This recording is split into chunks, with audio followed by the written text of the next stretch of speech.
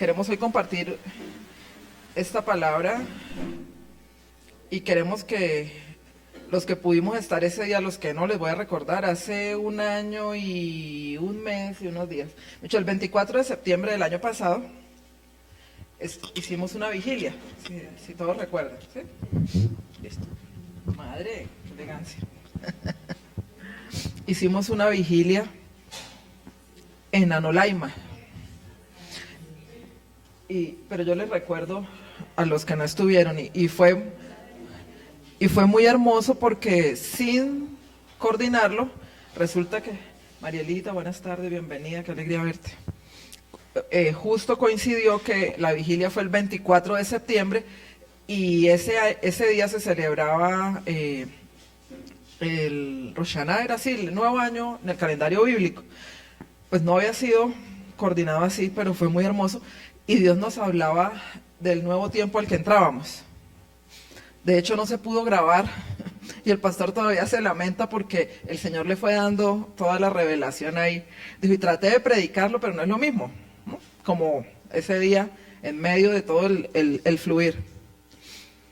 Y el Señor hablaba que era un tiempo para estar en Gosén y que nos estaba llevando a su pueblo a Gosén. Y mientras el pastor predicaba y hablaba, yo sentía una claridad en mi espíritu que cuando leí lo que escribí, yo dije, ay, yo no me acordaba de todo eso. De una llave o una estrategia que Dios nos estaba hablando para pasar por ese tiempo de Gosén. Entonces, les quiero recordar, en la Biblia dice, Gosén era lo mejor de la tierra conocida en aquel tiempo. Y en Génesis 45:10 dice, vivirás en la región de Gosén, cerca de mí, con tus hijos y tus nietos, y con tus ovejas y vacas y todas tus posesiones.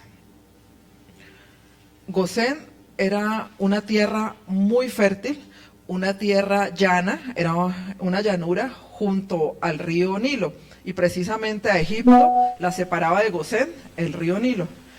Y como sabemos, los israelitas eran pastores, y cuando José le da esta tierra a su familia y les presenta a su familia al faraón, precisamente le dice que a qué se dedican, y él le dice que a ser pastores, y él les da esa tierra. Recuerden que en Egipto el pastorear no era algo tenido como algo bueno, ¿no? O sea, no era un trabajo que fuera reconocido, sí, a lo que ellos se dedicaban. Pero lo hermoso es que el Señor los lleva en ese tiempo a Gosén, a lo mejor de la tierra, y era un tiempo muy específico. Y es parte de lo que quiero que recordemos y empezar a hablar hoy, porque el Señor nos habla de llevarnos espiritualmente hoy a un Gosén, comparando como en ese tiempo al pueblo de Israel lo lleva a Egipto.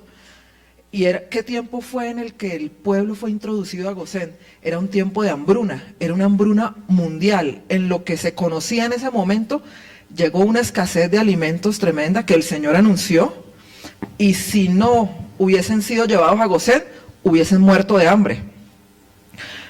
Y todo obedece a un plan de Dios. Si recordamos, para entrar a Gosén, Dios preparó a José. Y toda la historia que sabemos con José, como es vendido por sus hermanos, es llevado como esclavo, después es encarcelado, acusado injustamente por la mujer de aquel a quien él servía, después en la cárcel. Dice que todo lo que él ponía en las manos de José era puesto, prosperaba, ¿verdad? Y en la cárcel fue puesto, aunque era un sitio horrible, fue puesto como administrador y prosperó la cárcel. Y allí, esas citas divinas que no son coincidencias, sino diosidencias, conoce al copero y al panadero del rey. ¿Recuerdan eso? Y entonces el Señor, antes de que esto pase, esto que vamos a hablar hoy, suceden una serie de situaciones que son la preparación para este momento. Y José lo entiende.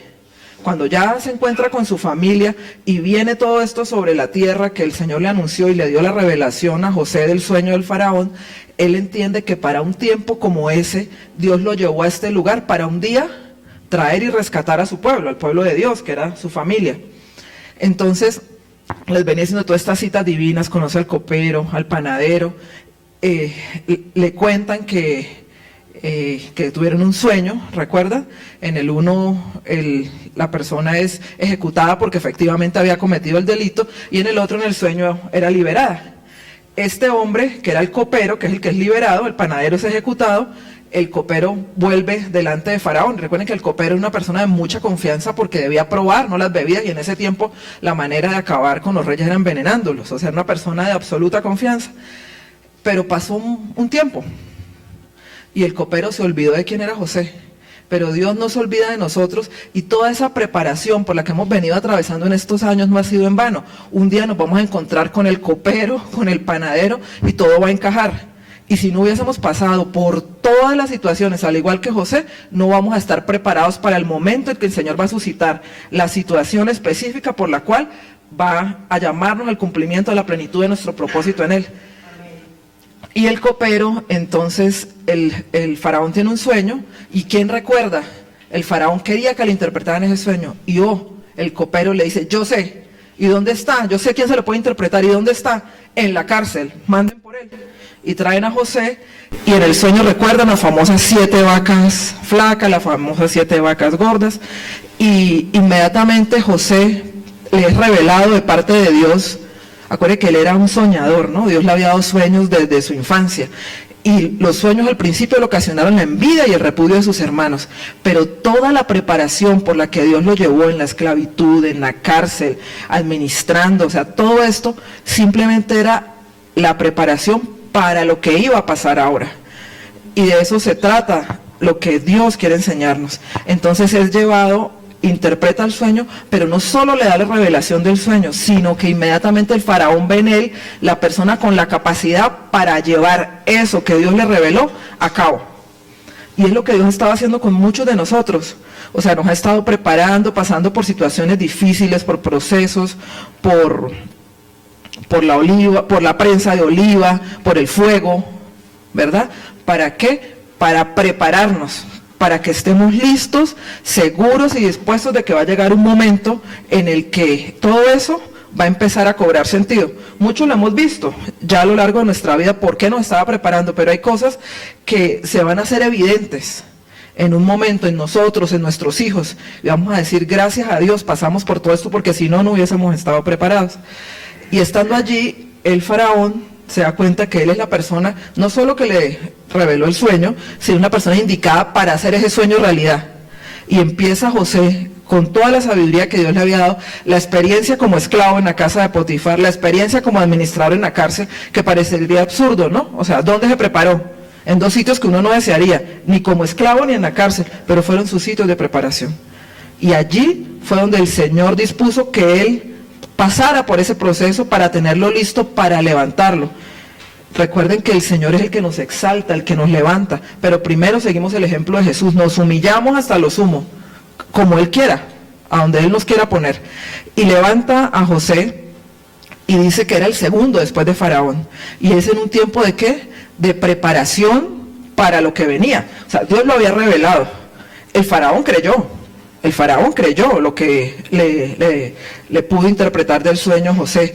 Y si creyeron, ¿qué hicieron? Lo hemos venido hablando, se prepararon, porque si no hubiesen creído, no se hubiesen preparado. José trabajó 7 años levantando esos molinos gigantes, recogiendo las cosechas, siendo un administrador diligente para guardar, o sea, tenerlo de comer, alimentarse, vender, comerciar, pero ir guardando, sabiendo que lo que el Señor había dicho, se iba a cumplir. Esa era la fe de ellos, o sea, creían en lo que Dios había revelado y quién era el que lo había revelado.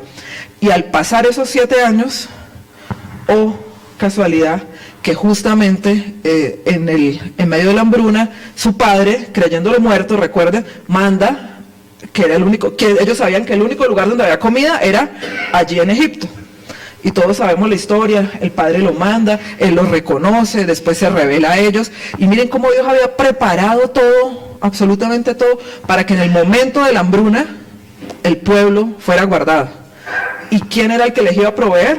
Ellos ni siquiera lo sabían, era el mismo José, a través de Egipto. Y nos encontramos ahí cuando él los reconoce, y manda a venir a su familia, y él era un hombre en autoridad, era el segundo después de Faraón. Y no solo ellos son guardados, y ellos iban por algo de comida para no morir, y él pues les dio para que entregaran los tesoros que tenían, vayan por comida a Egipto, pero no solo fueron por comida, el Señor les dio lo mejor de la tierra, que era Gosén. Pero así como José creyó que había un periodo de 7 años donde debían guardar, esas eran las vacas gordas, en esos 7 años administre con diligencia, edifique, guarde, aprovisionese, porque van a venir 7 años muy difíciles. De la misma manera, el pueblo sabía la promesa que el Señor les había hecho desde Abraham. ¿Y cuál era la promesa? Que les iba a entregar una tierra prometida. De manera que cuando Jacob y todos sus hijos, los hermanos de José, entraron a Gosén, ellos sabían que era una tierra transitoria o no. Ellos lo sabían, porque sabían que había una tierra prometida y no era Gosén. La tierra prometida ellos sabían que era Canaán, ¿verdad? Pero cuando Dios los lleva a Gosén, los lleva con un propósito.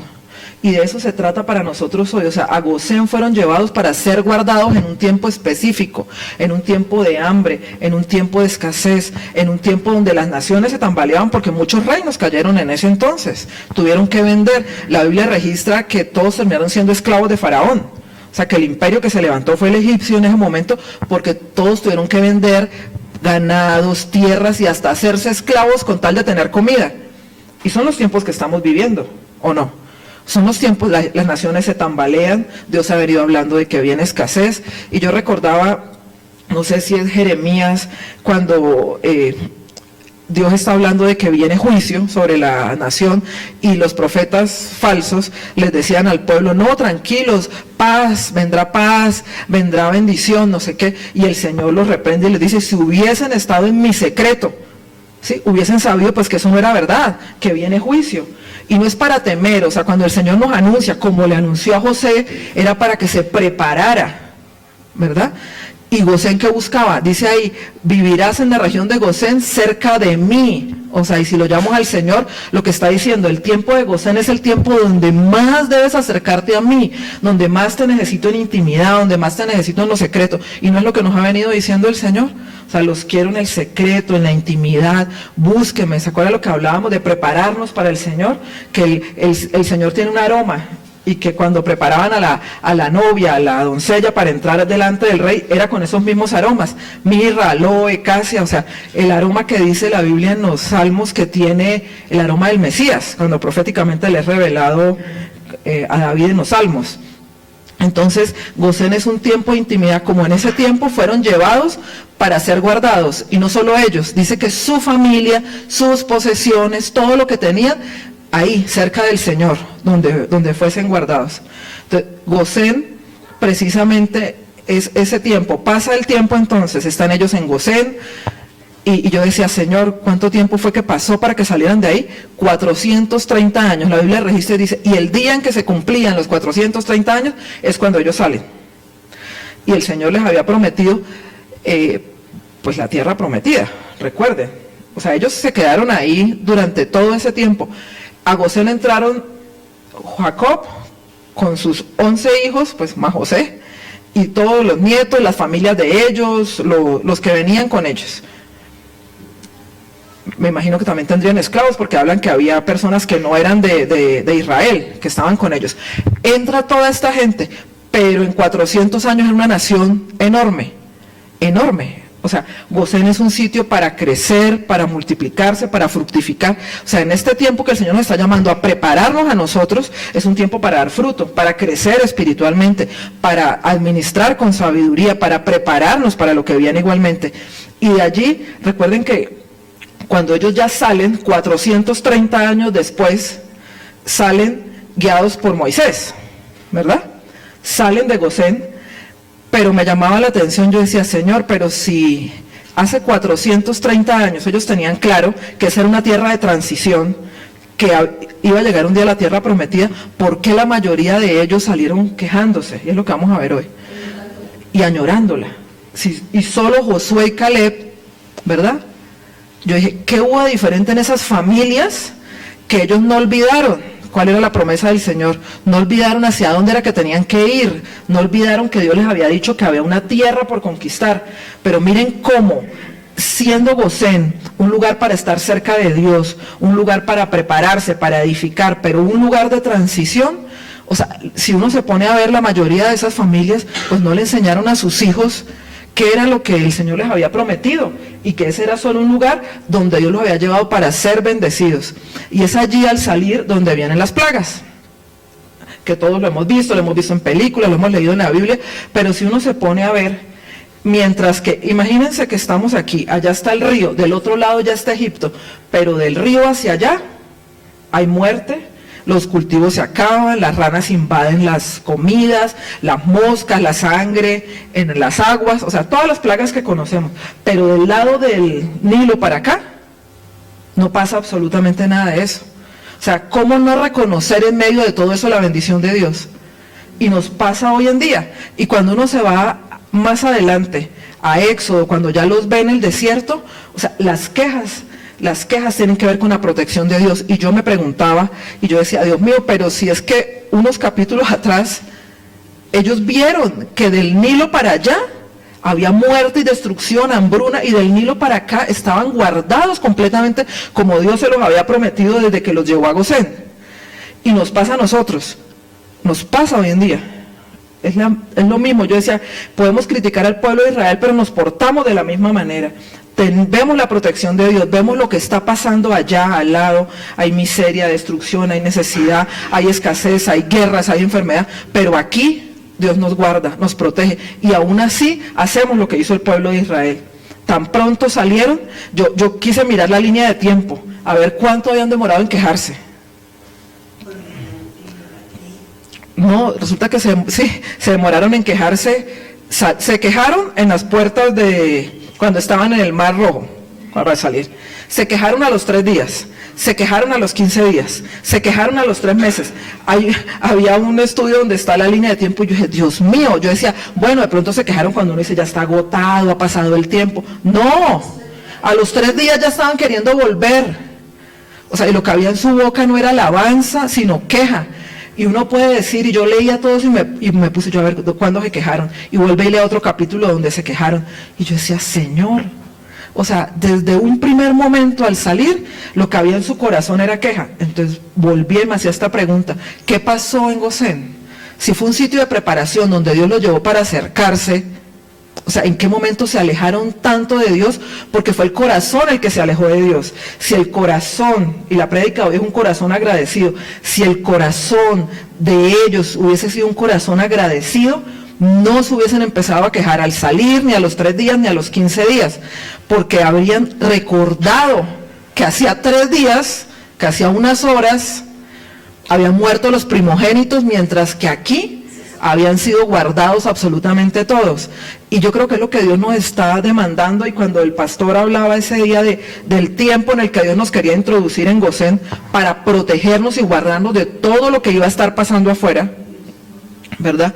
Yo pensaba, si Gosén es un tiempo de preparación, no podemos desperdiciar este tiempo. Es un tiempo de verdad para morar en intimidad con el Señor, porque solo conociendo al Señor, solo estando cerca de Él, conociendo su fidelidad, conociendo su bondad, como lo adorábamos hace un rato, su amor, vamos a poder, en medio de la dificultad, cuando seamos oprimidos, que nuestra boca no salga queja, sino alabanza. Eso es lo que el Señor va a esperar de nosotros. O sea, si llega a haber una escasez, como está anunciada, si llega a haber, no, cuando llegue la escasez, porque está anunciada, de alimentos, ¿qué vamos a hacer? Nos vamos a quejar y vamos a renegar del Señor y querer volver a Egipto como el pueblo de Israel, añorando, ahí decía, el pescado, las carnes, los puerros, las cebollas, o sea, increíble. Y así somos nosotros, o sea, por una cosa pequeña, por comida, porque no nos salieron las cosas como quisieron, porque el negocio no nos resultó como queríamos, porque no fue en el momento cuando vimos la respuesta. ¿Cuántas veces lo que sale de nuestro corazón es queja? Y es renegar en contra del Señor. Y resulta que el pastor siempre nos ha hablado que la razón por la que duraron 40 años y no 40 días en el desierto fue por la ingratitud, la incredulidad y la idolatría. Y vamos a ver ahorita que es una espiral descendiente, que empieza por un corazón lleno de ingratitud y no un corazón agradecido, donde nosotros terminamos en la idolatría, como Y podríamos terminar en la idolatría como terminó de hecho el pueblo de Israel. Y eso es lo que nos está previniendo. O sea, necesitan la llave para pasar por este tiempo de Gosén, es un corazón agradecido. O sea, nosotros debemos salir de Gosén con un corazón lleno de gratitud. Lleno de gratitud. O sea, cuando nosotros estamos agradecidos, puede que las circunstancias no cambien inmediatamente, siguen siendo las mismas, pero las vemos con otros ojos. Porque las vemos desde la mirada del Señor. Recuerde que la gratitud es un tipo de fe. ¿Por qué? Porque nos permite ver y agradecer lo que aún no hemos recibido. O sea, creyendo solo en una promesa. Eso es lo que hace la gratitud en el corazón de los hijos de Dios. Si Dios me lo prometió, yo lo creo. Y si yo lo creo, yo estoy agradecido desde hoy mismo, así no lo esté viendo. Y esa gratitud, si ustedes se dan cuenta, es la que sostiene mi fe. Entonces, por eso es que la ingratitud me lleva a la incredulidad, porque cuando yo tengo un corazón desagradecido y lo que hay en mi boca, como ya lo vamos a ver, al igual que en el pueblo de Israel, es de continuo y todo el tiempo una queja, una crítica, una murmuración en contra del Señor, mi fe empieza a decaer. Porque cuando yo estoy murmurando en contra del Señor, estoy dudando de su fidelidad, estoy dudando de quién es Dios, estoy dudando de sus promesas, estoy cuestionando su voluntad. Y eso me lleva rápidamente a caer en incredulidad.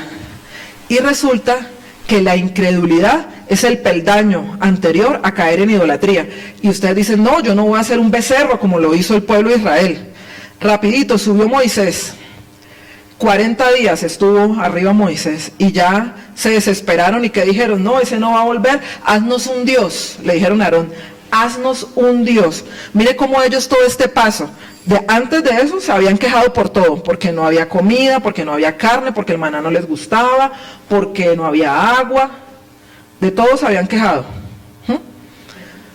Pero ahí ya llegó un momento en que la queja llegó al punto en que ya su corazón había empezado a dudar del Señor. Y ese es el problema de la ingratitud, que nos lleva a ser incrédulos, a que nuestra fe se vea disminuida, a que terminemos entonces como el pueblo. Lo último que se les ocurrió, haznos un Dios. O sea, ya el Dios Todopoderoso, que los había sacado con brazo de poder de Egipto, que los había liberado de la opresión, que había abierto el mar en dos, que les había dado maná, agua de la roca, ya se les había olvidado, porque ahora estaban pidiendo, haznos, Aarón, un Dios, que ese sí nos va a guardar, que ese sí nos va a bendecir.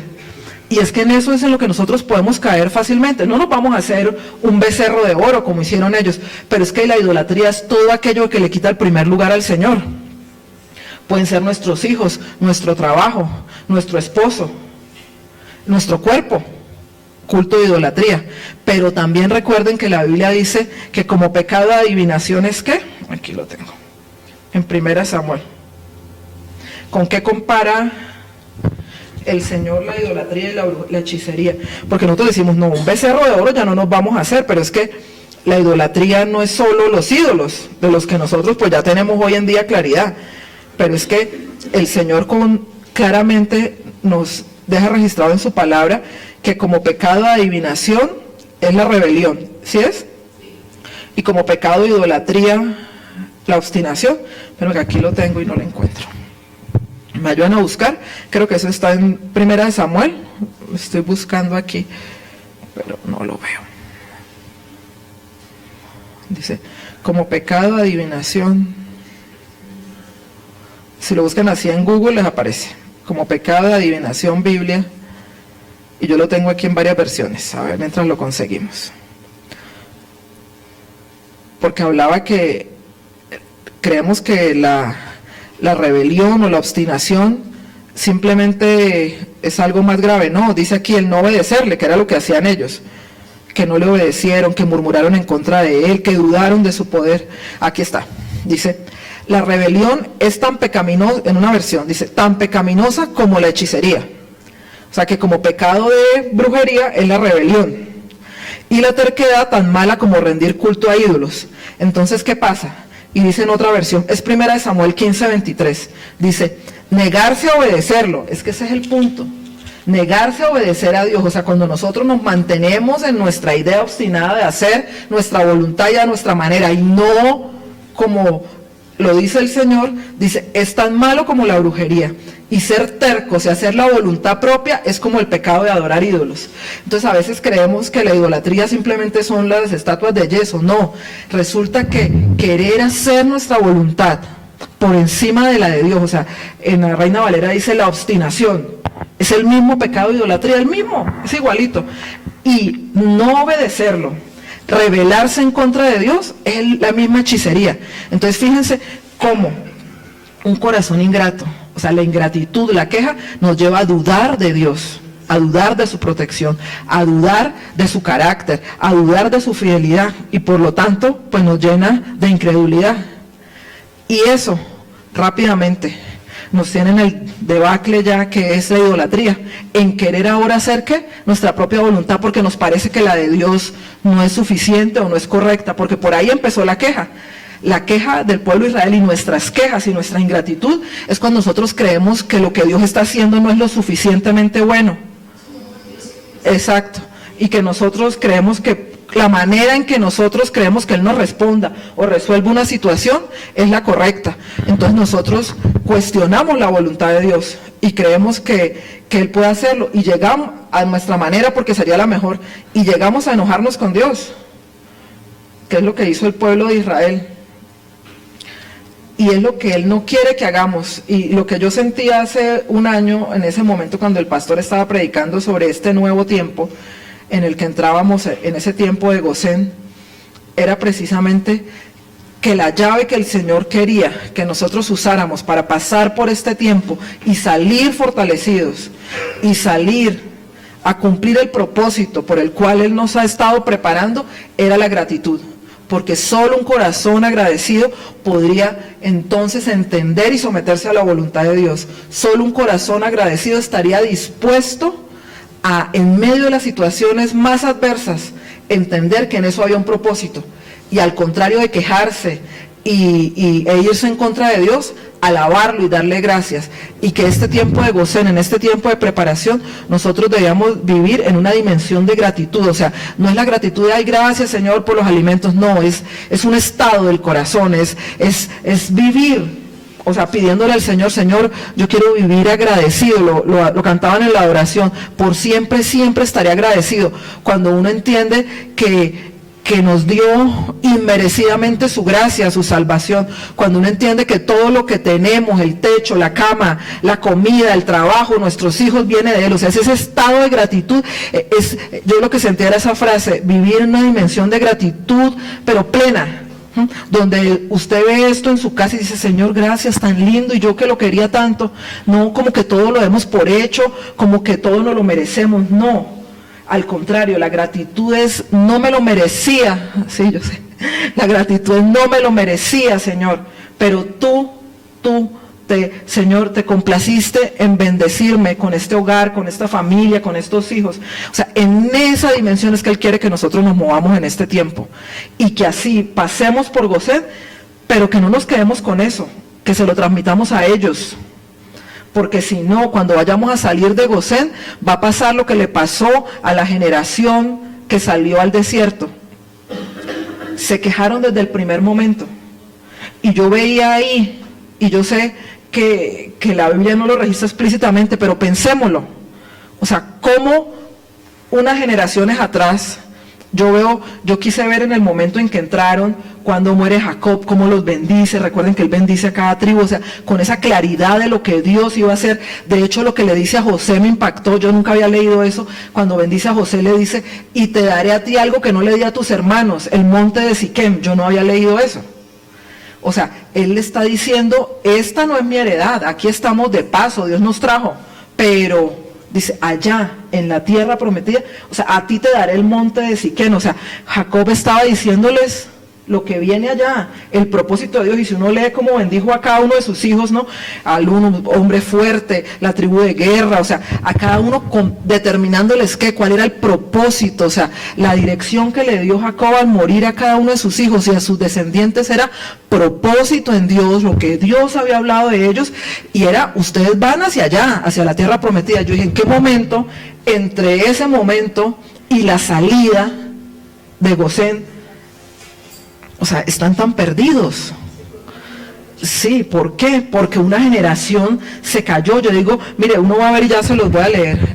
Dice, y lo único, siempre, Josué y Caleb, yo decía, yo sé que la Biblia dice que hubo en ellos otro espíritu, pero ellos oyeron, ellos vieron, porque como dos jóvenes, como Josué desde niño se apasionaba por estar cerca del tabernáculo, al lado de Moisés, anhelando la presencia del Señor, ellos vieron, ellos sintieron, experimentaron, escucharon, fueron expuestos a la palabra, y ellos salieron de ahí, de Gosén, anhelando lo que anhelaba Jacob 430 años antes, o 417, que creo que él alcanzó a vivir 17 ahí en Gosén.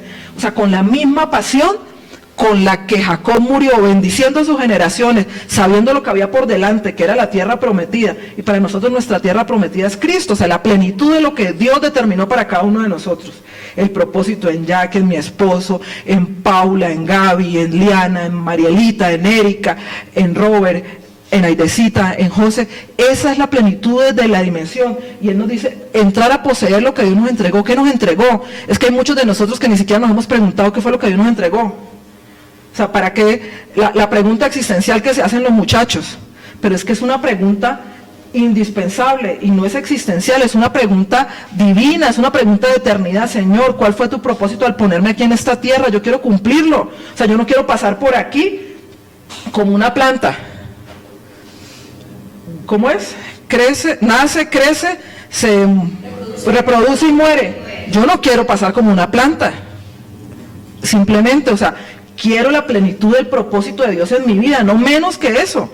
Y eso era la oración de Jabes. Es, Señor, o sea, y si me bendijeras, o sea, si cumples tu propósito en mí, Señor, eso es lo que yo quiero.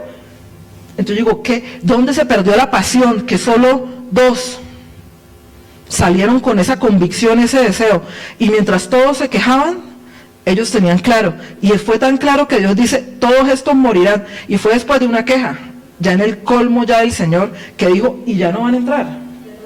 Ya sí, de la queja. Y cada vez que ellos se quejaban, el Señor decía, mire, para que lo tengamos claro, ellos se quejaban por agua, por comida, pero el Señor no decía se quejaron por agua y por comida. La Biblia dice se rebelaron contra mí, murmuraron contra mí, dudaron de mi protección. O sea, cada vez que nosotros nos estamos quejando, estamos dudando de su fidelidad. Estamos diciéndole, Señor, tú no me proteges. Señor, tú no eres suficiente para bendecirme. Ahí la Biblia lo dice. O sea, cada vez que ellos se quejaban, el Señor le reclamaba a Moisés y le decía, es que están murmurando contra mí, es que se están quejando de mí, es que están dudando de mi fidelidad.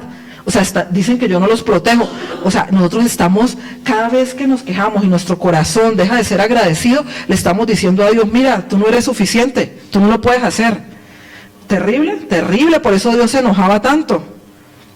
Hasta que al fin les dijo, y ya no van a entrar. Y les dijo, y toda esa generación no va a entrar. Y tendrán que verlos morir en el desierto. Y solo entrarán, acuérdense que eran los pequeños, ¿no?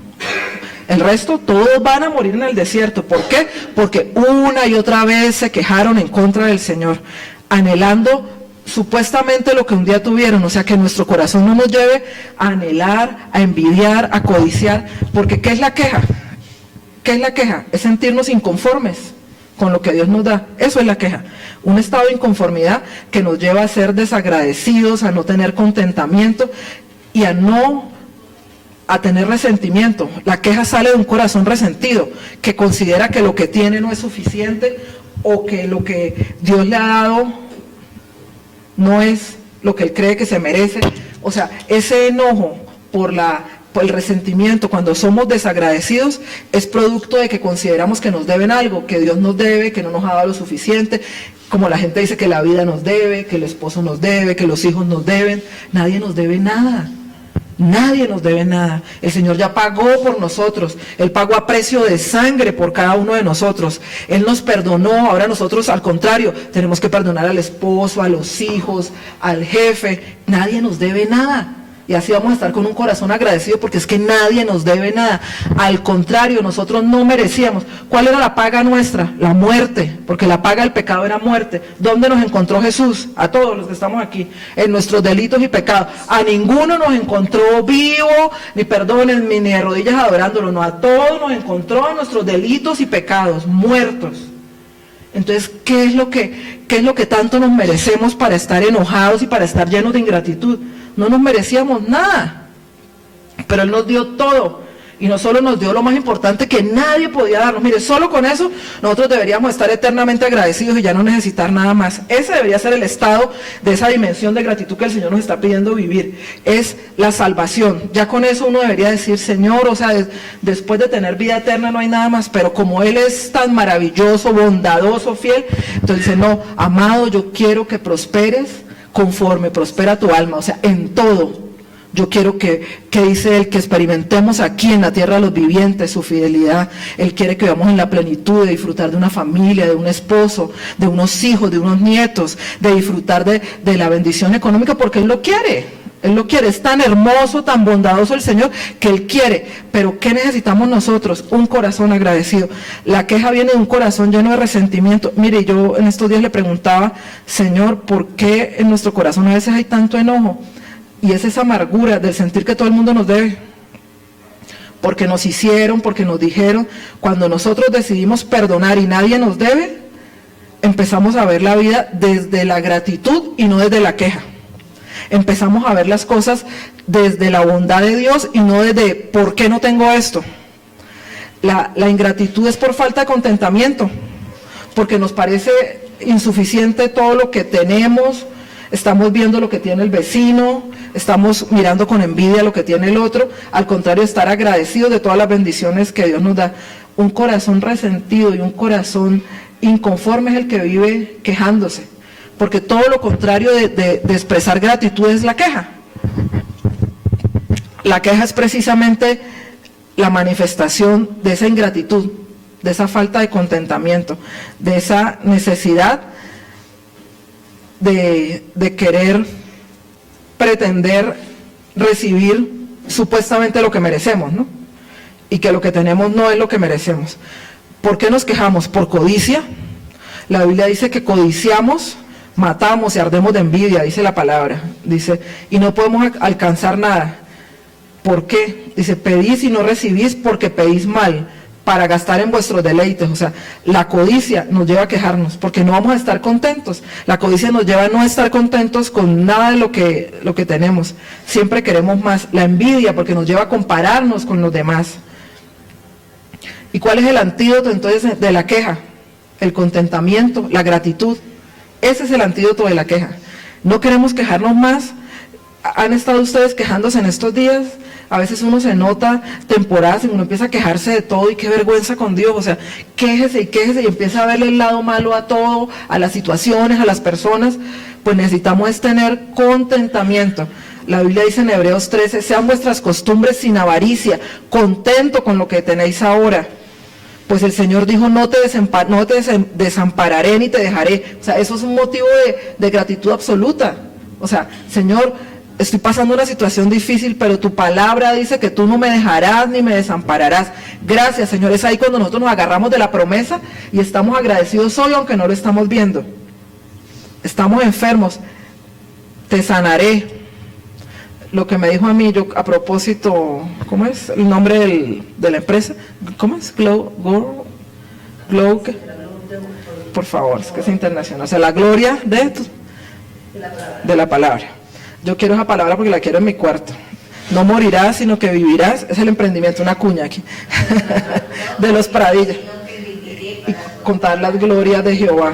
O sea, esa fue la promesa para mí, de eso me tocó sostenerme y muchos aquí con sus oraciones, con su paciencia, con su amor, me ayudaron a sostener, porque la promesa era esa, no morirás sino vivirás. Esa es la gratitud. O sea, yo creo lo que estás diciendo, te doy gracias desde ahora por eso, en eso me sostengo, Señor, y yo vivo agradecido aunque no lo vea. Cuando la Biblia habla de los héroes de la fe, ¿quién es el padre de la fe? Abraham. ¿Y Abraham vio? No vio. Y no vio, él vio la promesa de su hijo, pero él no vio todo lo que Dios le prometió, él no lo vio, él partió sin verlo. O sea, todo lo que Dios le prometió, que haría una nación grande, él supo que llegó su hijo, y con eso fue suficiente para creer que a partir de ahí él haría todo lo que dijo que haría.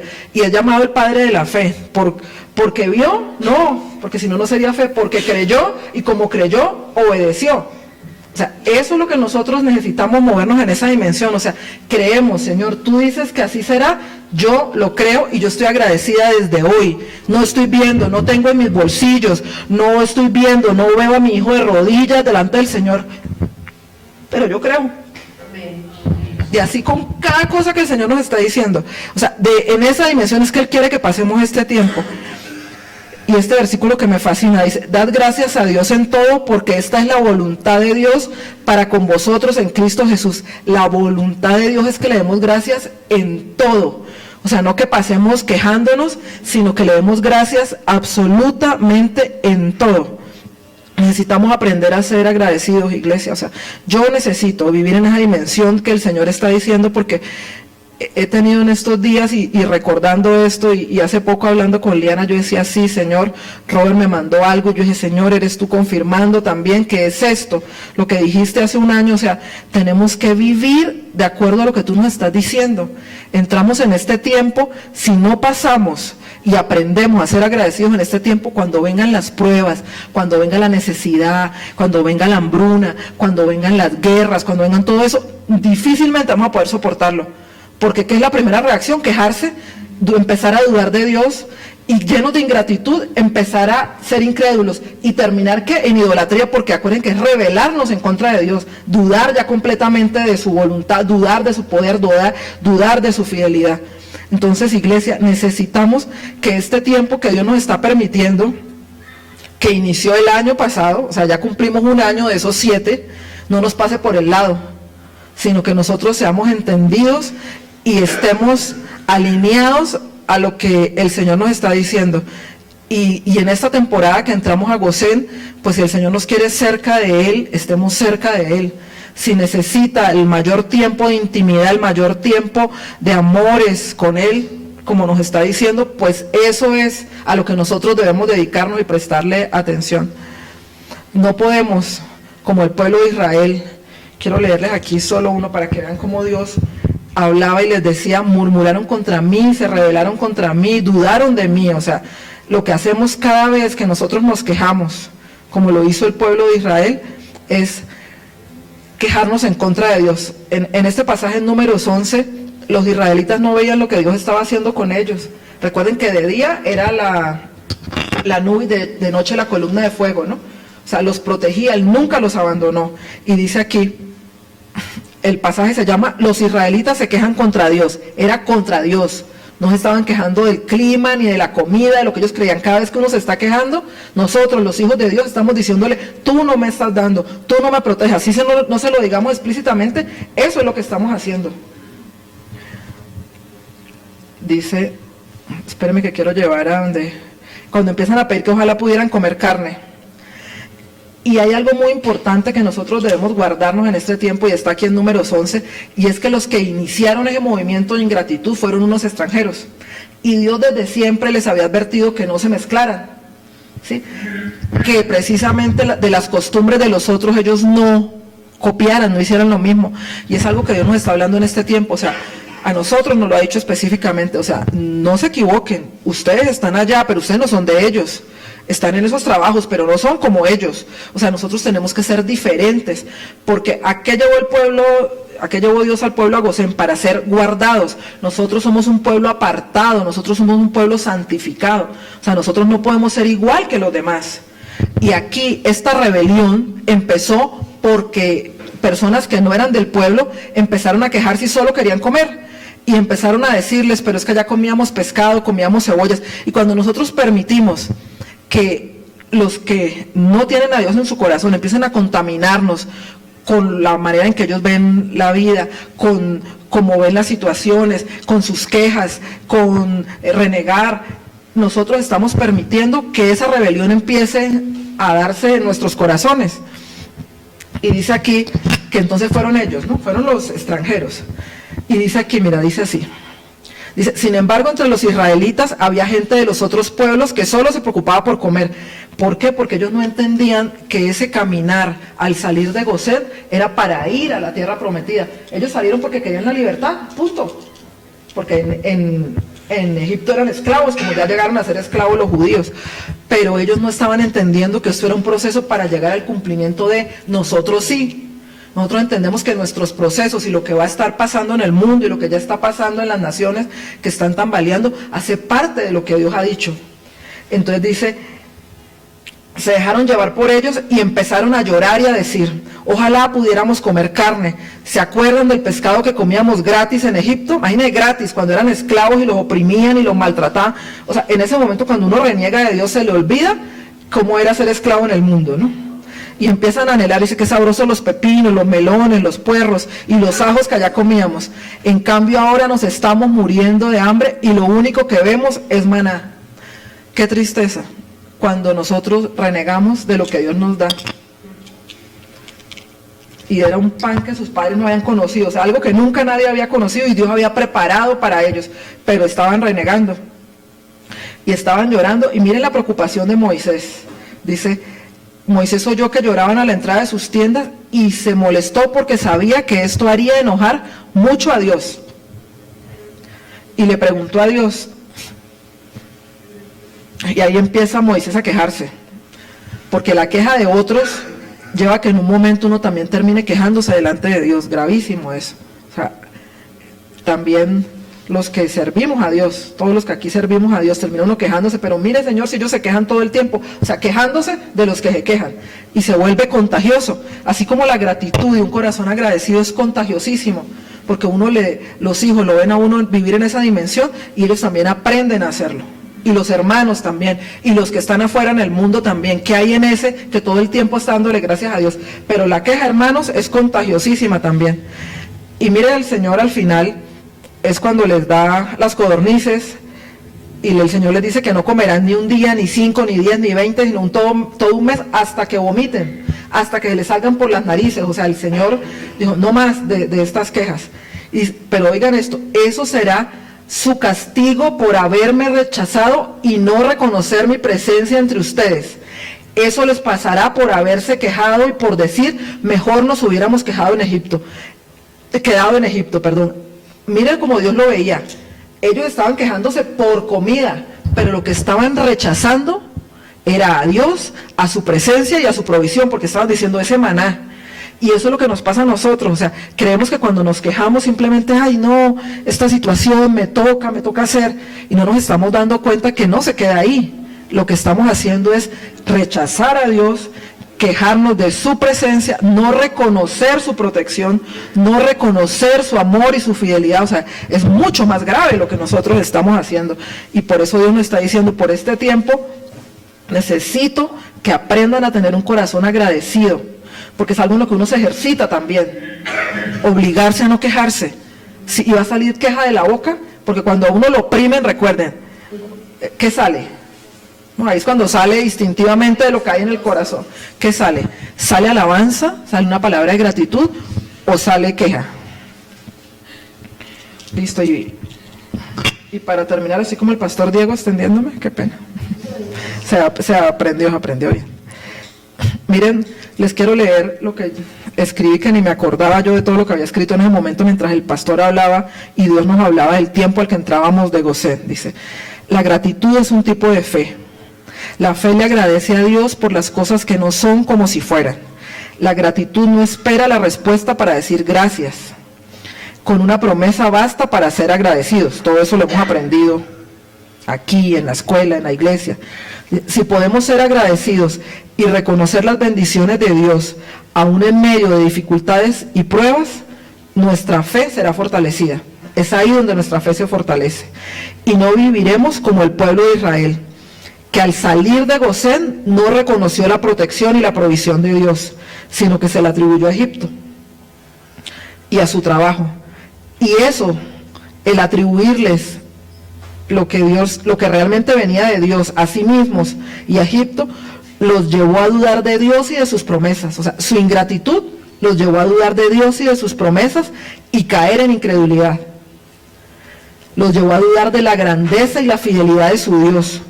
Y eso los llevó a la idolatría, pues perdieron la visión de quién era su Dios.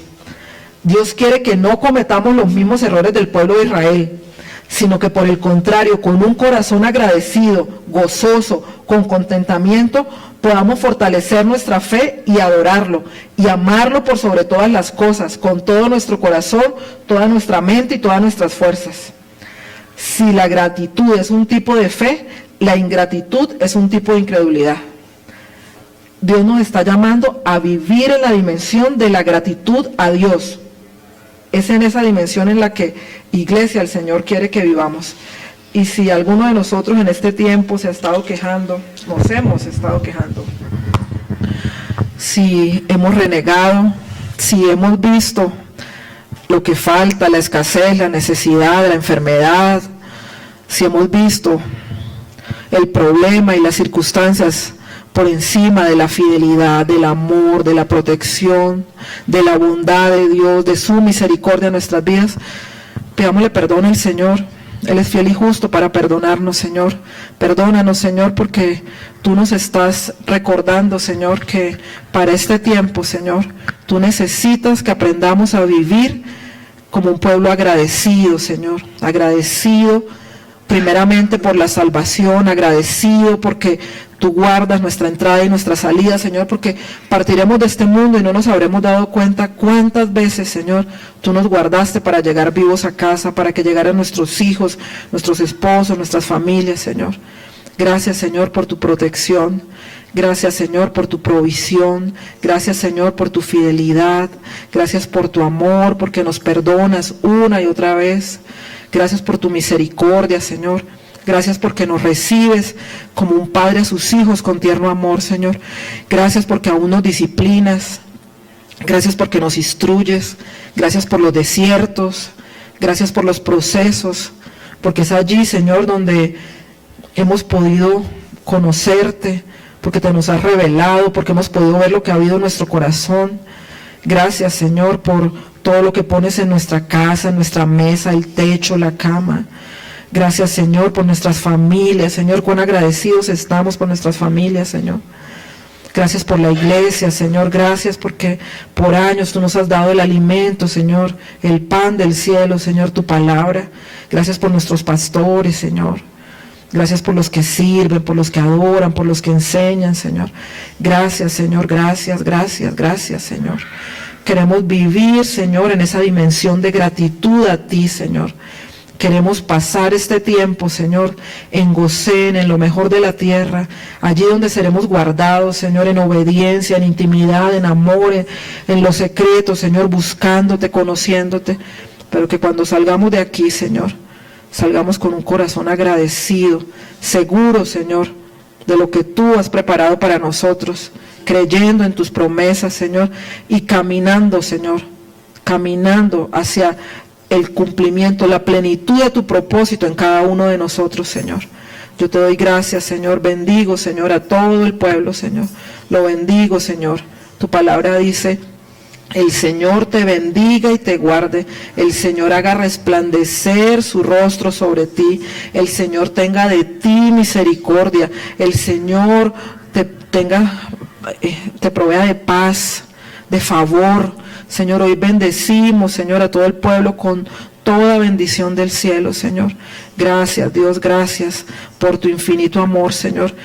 Te damos gracias, Señor, y queremos tener un corazón agradecido, Dios eterno. Te amamos, Señor. Te amamos, Rey, te amamos. Gracias, Señor. Gracias, Señor, con la salvación, Señor. Tenemos todo para agradecerte, Señor. Gracias por la vida eterna. Gracias porque un día, Señor, estaremos en tu presencia, Señor, adorándote eternamente. Gracias porque compraste, Señor, a cada uno de nosotros a precio de sangre. Gracias, Señor, gracias. Gracias, Señor. Te alabamos, Rey, te alabamos, Señor. Gracias, gracias. Gracias, Señor. Adoramos tu nombre, Señor. Exaltamos tu nombre, Señor. Padre, tu palabra dice que hay aquí, Señor, ángeles que subían y bajaban, Señor, y un cielo abierto, Padre. Te damos gracias porque son tiempos de cielos abiertos, Señor, y el Hijo del Hombre, Señor, allí sentado en el trono. Gracias por estos cielos abiertos, Señor, sobre nuestros hijos. Gracias por los empleos, Señor. Gracias por los negocios. Gracias, Señor, por la salud, por poder levantarnos a trabajar, Señor. Gracias. Gracias, Señor. Gracias, Rey. Gracias, Señor. Te alabamos, Señor. Te bendecimos, te exaltamos, Señor. Grande es tu nombre, Señor. Poderoso eres tú, Señor. Te alabamos, Señor. El pueblo te alaba, Señor. Te bendice, te exalta, Señor. ¿Quién como tú, Rey? Gracias, Señor. Te alabamos, amado de mi alma. Tú eres el amado de mi alma. El que ama nuestra alma, Señor, ese eres tú. Tiempo de amores, Señor, de intimidad. Tiempo de amores, Rey. Gracias por regalarnos estos tiempos de amores contigo, Señor. Gracias, Señor, por los que adoran, por los que danzan, por los que hacen sacrificios de alabanza para ti, Señor. Gracias, Señor. Gracias. Gracias por los que cantan, por los que ministran, por los que sirven, Señor. Gracias, Señor. Gracias. Alabamos tu nombre, Rey. Bendecimos tu nombre, Señor. Poderoso eres tú, majestuoso, excelso. ¿Quién como tú, Señor? ¿Quién como tú? No hay otro como tú, Señor. No hay nadie como tú, Señor. Gracias, Señor. Gracias, Señor, por tu fidelidad. Gracias, Señor, porque nos has bendecido, Señor. Gracias, Señor, por los que han estado enfermos, Señor, porque hoy creemos, Señor, que tú, dice tu palabra, que envías sanidad y medicina, Señor. Ponemos en tu presencia a María Fernanda, Señor, y te damos gracias por su vida. Y hoy enviamos, Señor, una palabra, Señor, de sanidad. Oramos, Señor, porque seas tú trayendo sanidad sobre su vida, Señor. Gracias, Señor, porque creemos que los vientres que estaban estériles, Señor, hoy tú traes vida, Señor. Bendecimos, Señor. Gracias, Señor. Bendecimos, Señor, los vientres, Padre, donde tú traes vida, Señor. Gracias, gracias. Gracias, Señor, porque tú estás revelando a nuestros corazones tus propósitos eternos, Señor. Gracias. Gracias porque estás poniendo, Señor, en los corazones de mis hermanos, Señor, cuáles son tus propósitos en este tiempo, porque estás revelando. Gracias porque estás trayendo sobre estas nuevas generaciones, Señor, una revelación profunda de quién eres tú y quiénes son ellos en ti, Señor. Gracias, gracias. Gracias porque les estás dando identidad, Señor, porque ellos pueden reconocer que tienen un Padre. Gracias, Señor, gracias. Gracias, Rey. Gracias por todo tu amor, Señor, derramado sobre nosotros. Gracias por tu bendición, Señor. Gracias porque podemos alabarte, Señor, porque adorábamos hoy, Señor, que hasta el último aliento, Señor, y ese es un deseo, Señor, de mi corazón. Hasta el último aliento, Rey. Gracias porque hasta el último aliento podremos adorarte, exaltarte, glorificarte. Gracias, Señor. Gracias porque nos das vida, Señor, porque nos has resucitado, Señor, de la muerte, del pecado, a la vida eterna, Señor. Y un día resucitaremos contigo, Señor, eternamente y para siempre, Señor. Gracias, Dios. Te alabamos, Señor. Te bendecimos, te exaltamos. Te adoramos, Señor. Gracias, Rey. Amén.